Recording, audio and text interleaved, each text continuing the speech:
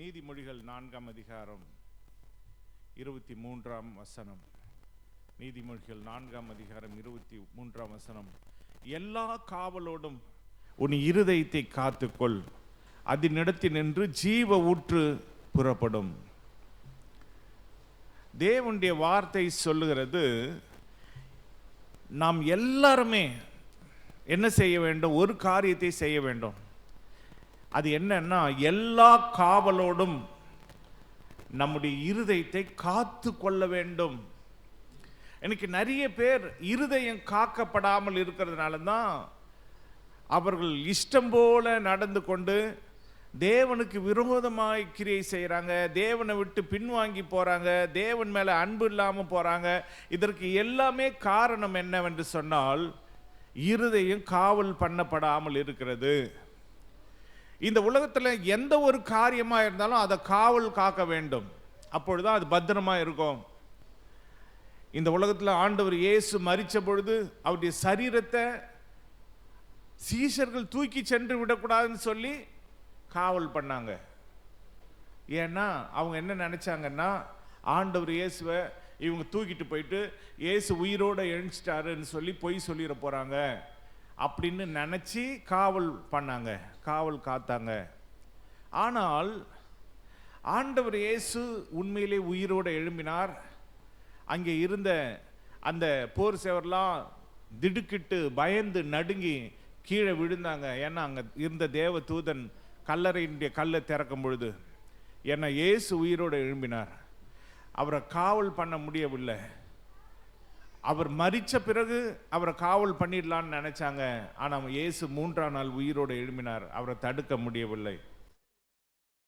இன்னைக்கு காவல் பண்ணப்படாத எந்த ஒரு பொருளா இருந்தாலும் அதற்கு பாதுகாப்பு கிடையாது. பழைய ஏற்பாட்டு காலத்தில் 1 நாளாகமம் 9ஆம் அதிகாரம் 26ஆம் வசனத்தை வாசிப்போம்.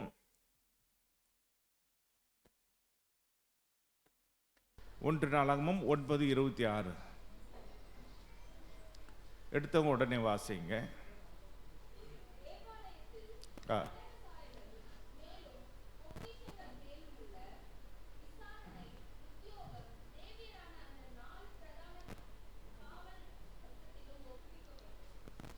அங்கே 4 பேர்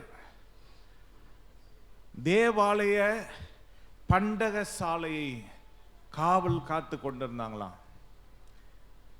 இன்னைக்கு காவல் காக்கவில்லை என்று சொன்னா திருட்டு போய்விடும்.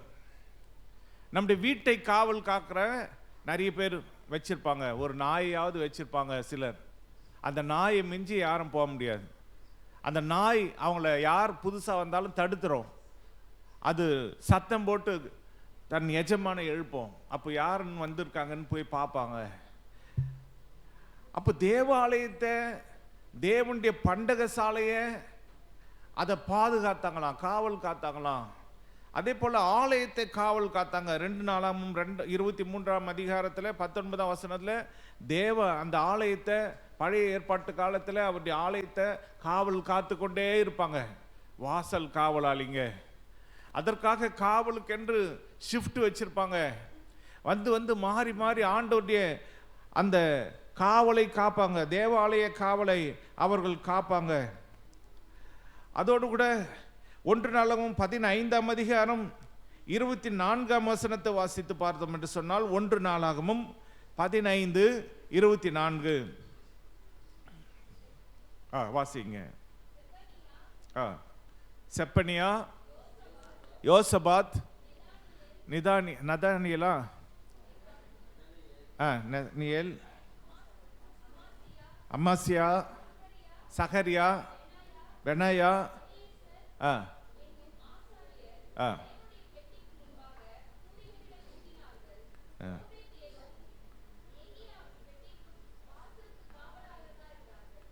கர்த்தருடைய பெட்டிக்கு காவலா இருக்கிறாங்க. அதை சுற்றி ஆசாரியர்கள் நிற்கிறாங்க, பூரிகைகள் ஊதுறாங்க, அதற்கும் காவல் வச்சிருக்காங்க. ஏன்னா பெட்டியை யாரும் தொற்றக்கூடாது, கர்த்தருடைய பெட்டியை தொட்டா செத்துருவாங்க, அதுக்கு காவல். சில நேரத்தில் கர்த்தருடைய ஆலயத்துக்குள்ள யாரும் போயிடக்கூடாது, தீட்டானவங்க போயிடக்கூடாது. அதுக்காக பழைய ஏற்பாட்டு காலத்தில் காவல் வச்சுருப்பாங்க. தீட்டானவங்க போனால் அவங்களுக்கு சாபம் வந்துடும், அவங்க தண்டிக்கப்படுவாங்க. அதற்கெல்லாம் தான் வாசலில் காவல் காத்திருப்பாங்க.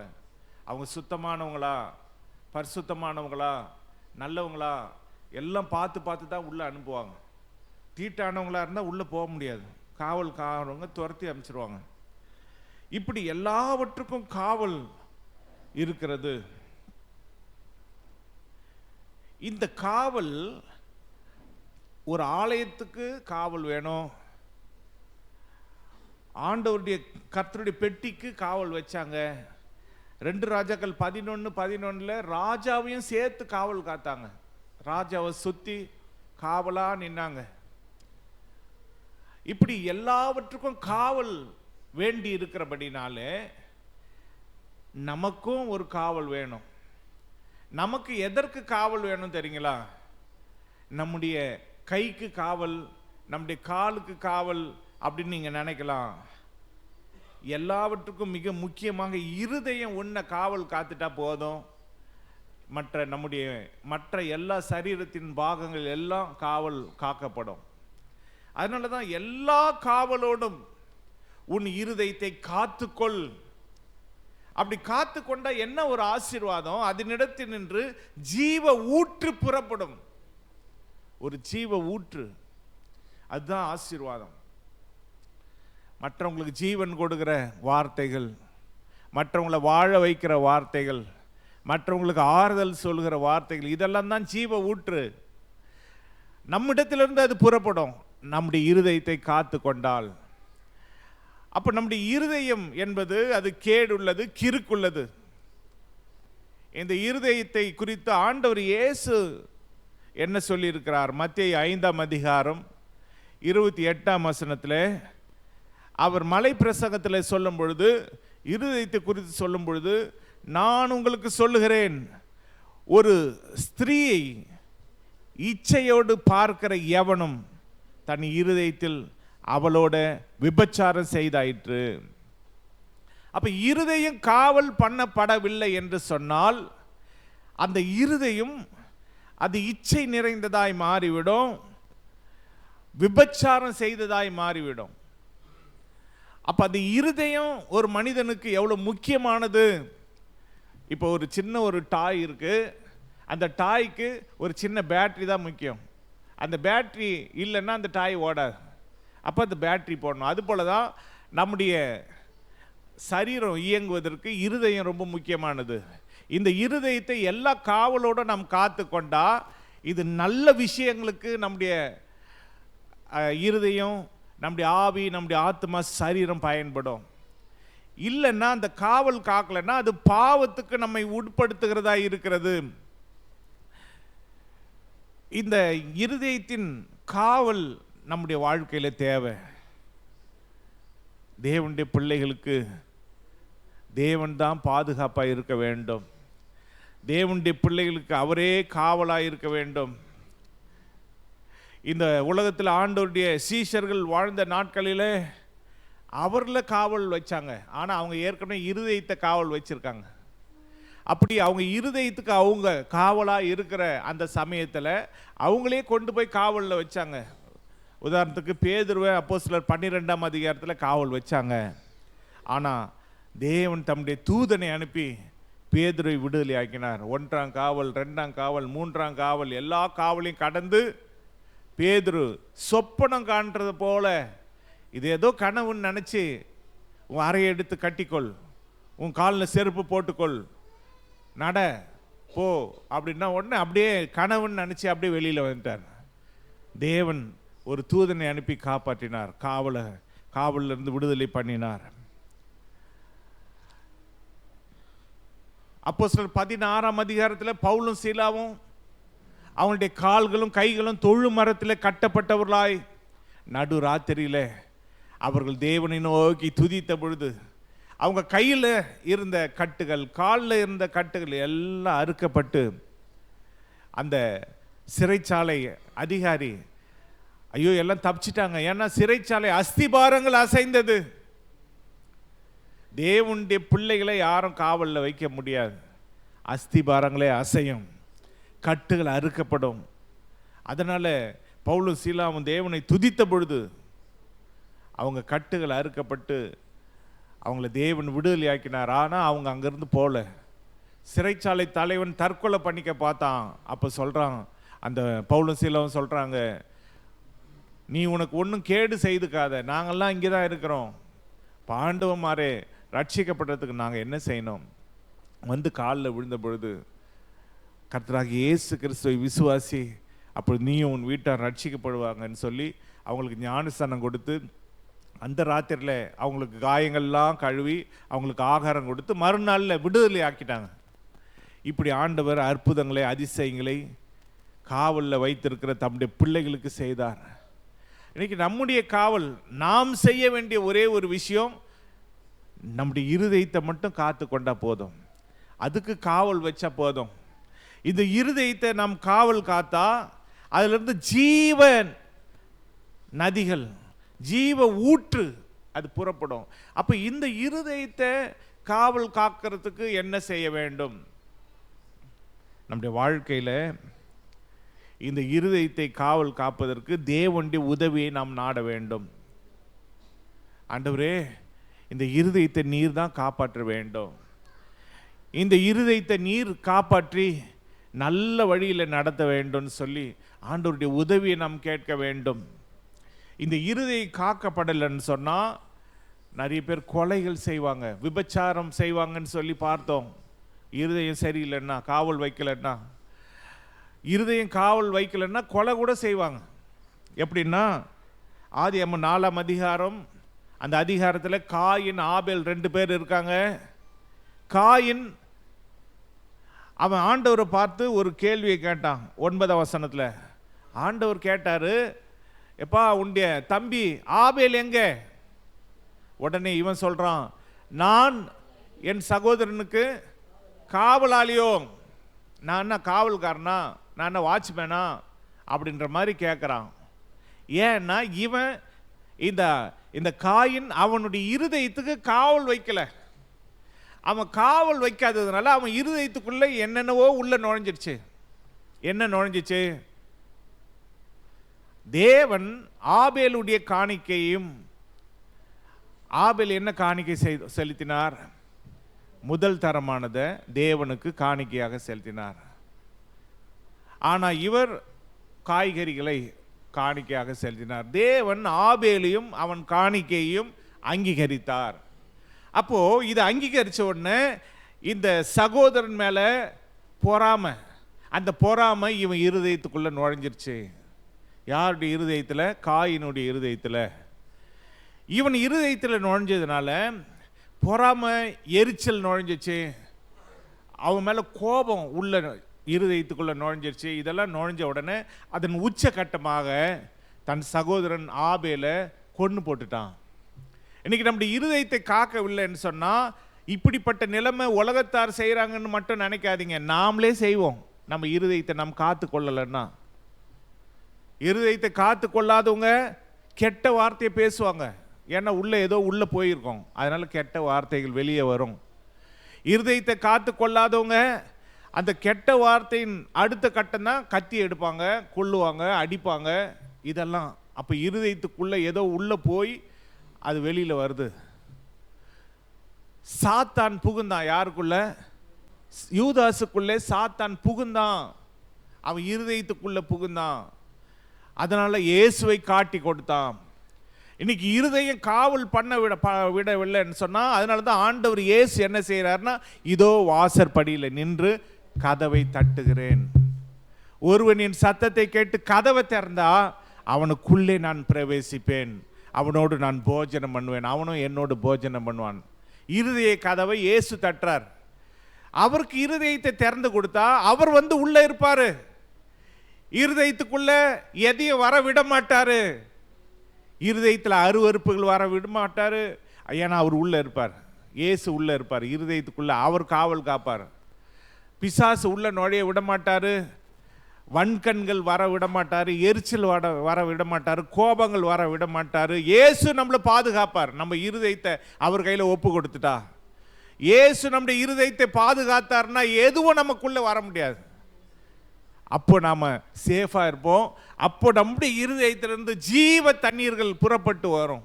மற்றவங்களை வாழ வைக்கிற ஜீவ தண்ணீர், மற்றவங்களை இந்த உலகத்தில் சபிக்காம அவங்கள ஆசீர்வதிக்கிற ஜீவ தண்ணீர். அதனால தான் எல்லா காவலோடும் இருதயத்தை காத்து கொள்ள வேண்டுமா. அப்பதான் அதிலிருந்து ஜீவ ஊற்று புறப்படும்.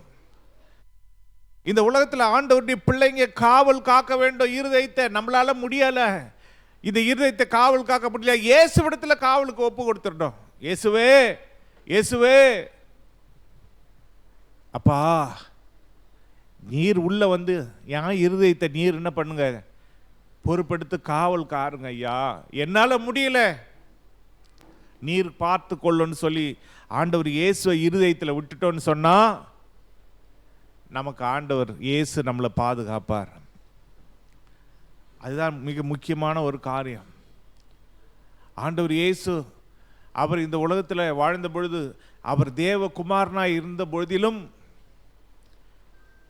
கடைசியில் அவர் மரிக்கிற நேரத்தில் அவரை காட்டி கொடுக்க போகிறாங்க, அவர் இன்னும் கொஞ்சம் நேரத்தில் அவரை பிடிச்சு சிலுவையில் அறைய போகிறாங்க அப்படின்னு அவருக்கு தெரியும். அந்த நேரத்தில் ஆண்டவர் இயேசு அவருடைய இருதயம் கொஞ்சம் தடுமாறுச்சு. ஆண்டவர் இயேசு கெத்செமனேல போய் ஜெபம் பண்றார்.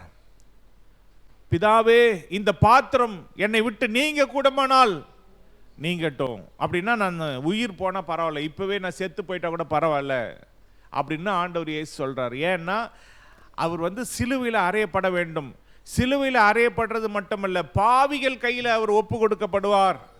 இவர் பரிசுத்தர், இவர் தேவன், தேவகுமாரன். இவர் பாவிகள் கையில் ஒப்பு கொடுக்கப்படுறதா சங்கடமான ஒரு காரியம். அவர் சிலுவையில் மரிப்பது அது ஒரு கஷ்டமான காரியம் இருந்தாலும் பாவிகள் கையில் அவர் ஒப்பு கொடுக்கப்படுவார். அவங்க அவரை குட்டுவாங்க, அவர் முகத்தில் அறைவாங்க, கன்னத்தில் அறைவாங்க, காரி துப்புவாங்க, அவரை வாரினால் அடிப்பாங்க, எவ்வளோ கொடுமை செய்வாங்க. ஆனாலும் அவர் சொல்லிட்டார், அவருடைய இருதயத்தை அவர் தேற்றி கொண்டு சொன்னார். என்ன சொன்னார்னா, ஆகிலும் உம்முடைய சித்தத்தின்படி ஆக கடவுது.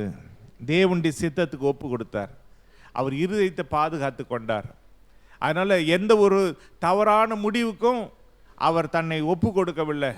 ஏன்னா ஆண்டவர் இயேசு தன்னுடைய ஊழியத்தை தொடங்கும் பொழுதே சாத்தான் சொன்னான், நீர் தேவனுடைய குமாரனே ஆனால் மேல இருந்து கீழே குதிங்க, தேவ தூதர் கைகளில் ஏந்தி கொள்வாங்க. அப்போல்லாம் ஆண்டவர் இருதயத்தை தளர விடலை. நீ சோதிக்க கூடாது, பரீட்சை பார்க்க கூடாது அப்படிலாம் சொல்லி ஜெயிச்சார்.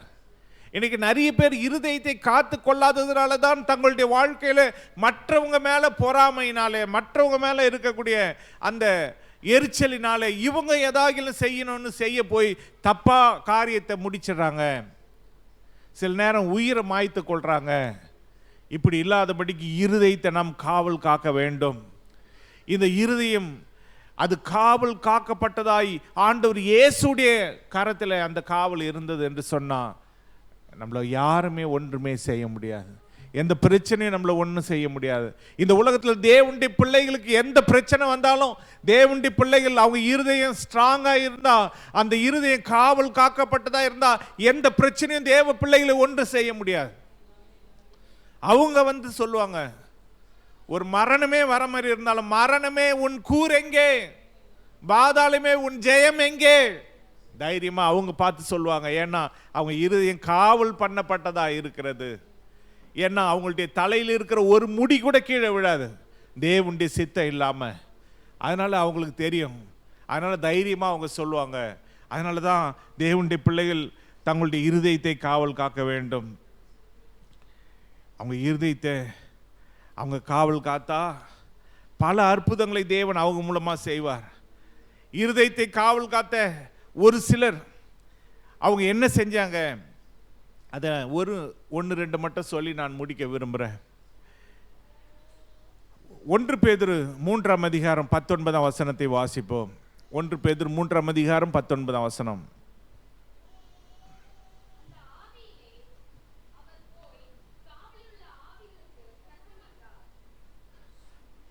ஆண்டவர் இயேசு காவல் பண்ணப்பட்ட ஆவிகளுக்கு அவர் போய் பிரசங்கம் பண்ணினார். ஏன்னா யாரும் காவலில் இருக்கக்கூடாது.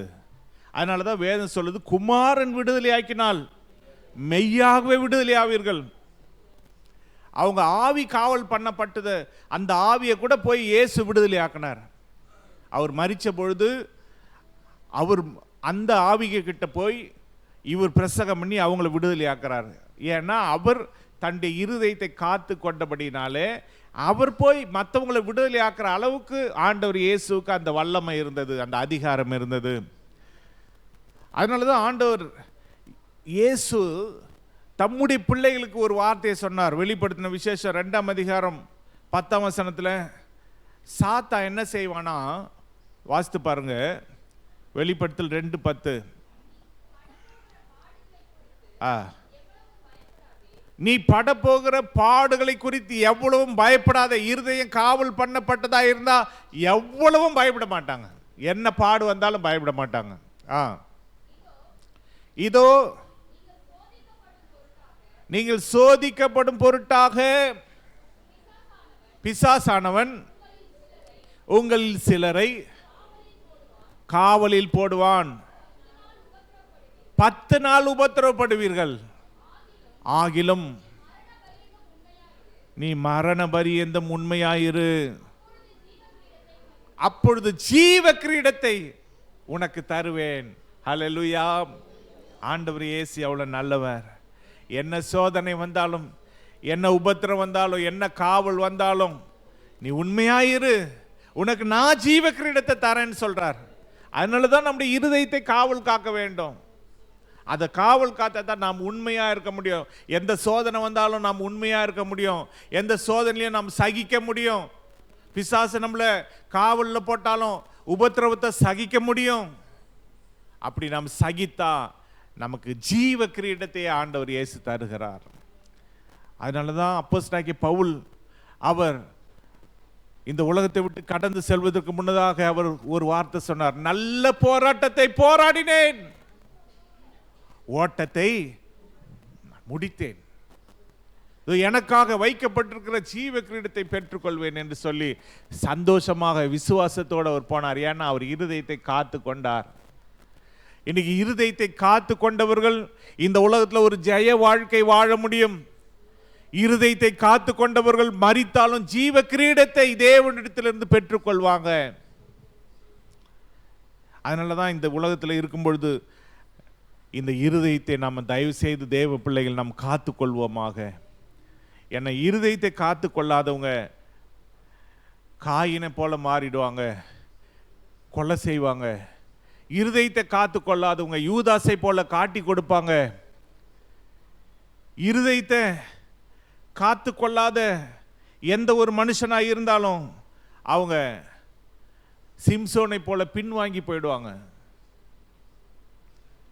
இருதயத்தை காத்து கொள்ளாமல் இருந்தா சவுலை போல ராஜ்ய பாரத்தை இழந்து போயிடுவாங்க. இருதயத்தை அவன் காத்து கொள்ளாததுனால தேவனுடைய வார்த்தை, தேவன் அந்த பாவிகளை சங்கரிப்பாயாக, அந்த அமலேக்கியரை சங்காரம் பண்ணு, அதில் இருக்கிற மிருக ஜீவன்களை விடாத, அதில் இருக்கிற பிள்ளைகளாக இருந்தாலும் விடாத, ஆடு மாடுகளை விடாத, ஒட்டகங்களை விடாத, கழுதைகளை விடாத, எல்லாவற்றையும் சங்காரம் பண்ணுன்னு சொன்னால் அவன் இருதயத்தில் அந்த வார்த்தையை வைத்து அதை காவல் காக்காம அவன் அதை லைட்டாக எடுத்துக்கிட்டு ராஜாவையும் உயிரோடு பிடித்து கொண்டு வந்தான். முதல் தரமானது, 2ஆம் தரமானது எல்லாவற்றையும் பிடித்து கொண்டு வந்ததுனால அவன் இருதயம் காவல் பண்ணப்படாத இருதயமாக இருந்ததுனால இந்த காரியத்தை செய்து அவன் தன் ராஜ்யபாரத்தை இழந்து போயிட்டான், தன்னுடைய ஆட்சியை இழந்து போயிட்டான். கடைசியில் அவன் ஜீவன் அந்த அமலேக்கியன் கையாலேயே மறிக்க வேண்டியதாக இருந்தது. இன்னைக்கு இருதயத்தை நாம் காத்து கொண்டால் தேவன் நமக்கு உதவி செய்கிறார். நாம் இந்த உலகத்திலையும் ஜெய வாழ்க்கை வாழலாம். நமக்கு பலனையும் தேவன் நமக்கு தருவார். இந்த உலகத்தில் இருக்கும் பொழுதும் ஜீவ ஊற்று நம்மிடத்திலிருந்து புறப்படும். நாம் சொல்கிறதெல்லாம் நடக்கும். ஹல்லேலூயா. அதுதான் ஜீவ ஊற்று. ஒருத்தரை பார்த்து நீங்கள் நல்லா இருப்பீங்கன்னா அவங்க நல்லா தான் இருப்பாங்க. நீங்கள் ஆசீர்வாதமாக இருப்பீங்கன்னா அவங்க ஆசீர்வாதமாக இருப்பாங்க. அவங்கள நம் வாழ்த்துனா அவங்க வாழ்வாங்க. இதுதான் ஜீவ ஊற்று நம்முடைய இருதயத்திலேருந்து வரும். அந்த ஜீவ ஊற்று நம்ம ஒவ்வொருத்தருக்கும் தேவை. ஏன்னா நாம் இந்த உலகத்தில் இயேசுவின் பிள்ளைகளாக, ஆண்டவர் இயேசுவை போல இந்த உலகத்தில் வாழ்கிறவர்களாக நாம் இருக்க வேண்டும். ஏன்னா இந்த உலகத்தில் ஆண்டவர் இயேசு அவர் போய் போய் போய் போய் எல்லாருக்கும் நன்மை செய்கிறவராக சுற்றி திரிந்தார். பிசாசு யார் எல்லாம் காவல் காத்தானோ அவங்களெல்லாம் இயேசு விடுதலையாக்கினார். தேவாலயத்தில் ஆபிரகாமின் குமாரத்தி 18 வருஷமா கட்டப்பட்டு இருக்கிறா. அப்போ அவள் கூனியா இருக்கும்படி பிசாசு காவல் வச்சிருந்தான். இயேசு அந்த பிசாசின் காவலை நீக்கி அந்த 18 வருஷம் கூனிய கைகளை தொட்டு முதுக தொட்டு நிமிர பண்ணினார். ஹல்லேலூயா, அற்புதம் செய்தார். அதே பிசாசு ஒரு இளைஞனை, ஒரு வாலிப பையனை தீயில தள்ளும், தண்ணியில தள்ளும். எவ்வளவு மோசமான காரியம். நீச்சல் தெரியாதவனா இருந்தா தண்ணியில தள்ளினா செத்து போயிடுவான். என்ன நீச்சல் தெரிஞ்சவனா இருந்தாலும் தீயில தள்ளினா எரிஞ்சு போயிடுவாங்க. பிசாசு அப்படி காவல் பண்ணி வச்சிருந்தான். ஆனா இயேசு அந்த தகப்பன் கண்ணீரோடு வந்த பொழுது அந்த மகனை அந்த பிசாசின் காவலிலிருந்து விடுதலை ஆக்கி அவனை வாழ வச்சார். அதனால இயேசுவால முடியாதது ஒண்ணுமே இல்லை. பிசாசு நம்மளை காவல் பண்ணா அந்த காவலையும் இயேசு விடுதலை ஆக்கி, அவன் ஏரோதே காவல் பண்ணி வச்சிருந்தாலும் பேதுரு விடுதலை ஆக்கினது போல, எந்த ராஜா காவல் வச்சாலும் அந்த ராஜாவுடைய காவல் எல்லாம் அப்போஸ்தலர் கடந்து அவங்க எப்பொழுதும் போல வந்து பிரசங்கம் பண்ணி கொண்டிருந்தாங்க. தேவன் அப்படிப்பட்ட அற்புதங்களை எந்த காவலையும் அவர் முறித்து, சத்துருவின் காவலை எல்லாம் முறித்து நமக்கு அவரே காவலாக இருப்பார். ஏன்னா நாம் அவருடைய பிள்ளைகள். அதனால தான் வேதம் சொல்லுகிறது, மறைவு கட்டப்பட்ட ஒரு தண்ணீரை போல, ஒரு கிணறை போல. ஏன்னா அது மறைவு கட்டப்பட்டதுன்னா அது காவல் வைக்கப்பட்டிருப்பாங்க. ஏன்னா அதில் யாரும் எந்த ஒரு கலப்படம் செய்திடக்கூடாது, யாரும் அதை திருடிடக்கூடாது. அது போல தான் தேவன் நம்மளை பாதுகாக்கிறார். நாம் தான் மறைவு கட்டப்பட்ட ஒரு கிணறை போல, முத்திரிக்கப்பட்ட ஒரு நதியை, ஒரு தண்ணீரை போல, ஒரு கிணற்றை போல தேவன் நம்ம மேல பிரியமா இருக்கிறபடினாலே நம்மளை அவர் பாதுகாப்பார். ஹல்லேலூயா. நம் கண்களை மூடி நம்ம ஜெபம் பண்ணலாமா? இந்த மாலை வேளையில், இந்த காலை வேளையில் தேவாதி தேவன், ராஜாதி ராஜா, கர்த்தாதி கர்த்தர் நம்மை அவர் காக்க வேண்டும். நம்முடைய இருதயத்தை நாம் காக்க வேண்டும். அந்த இருதயத்தின் காவலை அவரிடத்தில் ஒப்பு கொடுக்க வேண்டும்.